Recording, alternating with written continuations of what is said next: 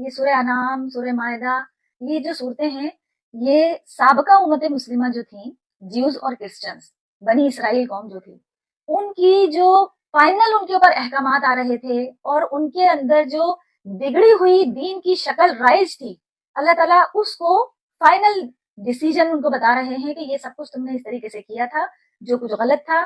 اب نبی علیہ السلام کے اوپر شریعت آ رہی ہے، اس میں جو چیزیں حرام بتائی جا رہی ہیں ان کو اپنے لیے حرام مقرر کر لو، اور جو چیزیں حلال بتائی جا رہی ہیں وہ تمہارے لیے حلال ہیں. اللہ تعالیٰ نے واضح طور پر بتا دیا ہے، جو ہم سورہ انعام میں بھی پڑھ کر آئے ہیں. مختلف مقامات پر اللہ سبحانہ و تعالیٰ نے قرآن مجید میں 4 مرتبہ ذکر کیا ہے جو 4 چیزیں حرام ہیں.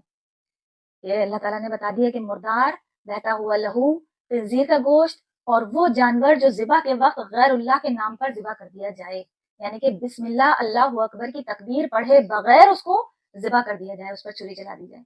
اور دل میں تکبیر پڑھنا کافی نہیں ہے، زبان سے پڑھنا ہوگی. اور ان حرام چیزوں میں سے بھی اللہ تعالیٰ نے بتا دیا، اس کے علاوہ باقی سب چیزیں مطلب حلال ہیں. مویشی جانوروں کی جو نشانیاں بتائی ہیں جن کے کھور کٹے ہوئے ہوتے ہیں اور جو گوشت خور نہیں ہوتے ہیں. گوشت خور جو چوپائے بھی ہوں گے تب بھی وہ درندوں کی کیٹیگری میں چلے جائیں گے. ان حرام چیزوں میں سے بھی اللہ تعالیٰ نے اضطراری کیفیت اگر آ جائے تو زندگی بچانے کے لیے تھوڑا سا حصہ لے سکتے ہیں، لیکن حد سے گزر جانے کی ارادہ نہ ہو.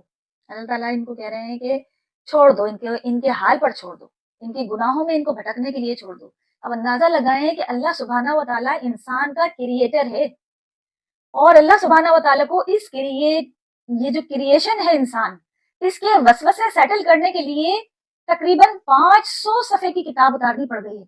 اس کے باوجود انسانی وسوسے سیٹل نہیں ہو رہے، اس کے باوجود اور مزید گمان کھڑے ہو جاتے ہیں، پیدا ہو جاتے ہیں. کیا کریں کیا نہ کریں سمجھ ہی نہیں آتا، اتنا مشکل لگ رہا ہے.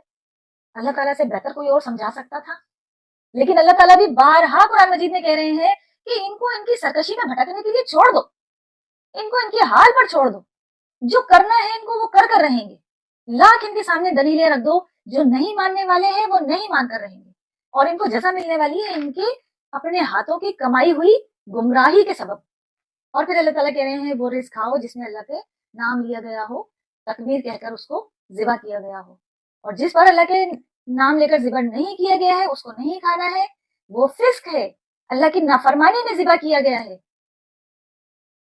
اور یہ عمل تو وہی کرتے ہیں جو شیاطین ان کو ورغلاتے ہیں، بہکاتے ہیں، ان کے دوست بنے ہوئے ہیں تاکہ تمہارے لیے حجت کھڑی کر دیں، تم سے جھگڑا، آپس میں ایک دوسرے کا جھگڑا ڈلوا دیں. اور جو کوئی اس قسم کی پیروی کرے گا، ان لوگوں کی اتباع کرے گا، شیطان کے نقش قدم پر چلے گا، تو وہ ضرور مشرکین میں سے ہو جائے گا.